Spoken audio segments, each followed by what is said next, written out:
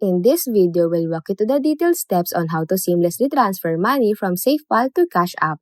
So without further ado, let's get started.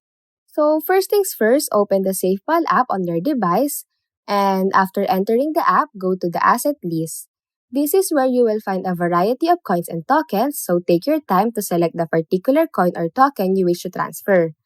Now, locate and click on the send icon as this action will initiate the transfer process. Now proceed to enter crucial details including the destination address and the amount you intend to transfer. So after that, you need to choose the gas fee setting. This step enables you to customize the speed and cost of your transaction.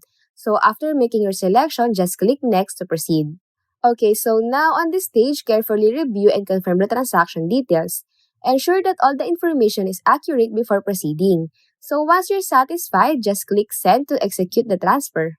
So for an additional layer of security, you need to enter your security password or use your fingerprint to authorize the transaction. This important step ensures that the transfer is not only convenient but also secure. And that's it! You successfully complete the transaction and your funds are on their way to your Cash App account. If you found this video helpful, don't forget to hit that like button, drop a comment, share this content, and subscribe for more guides and tips.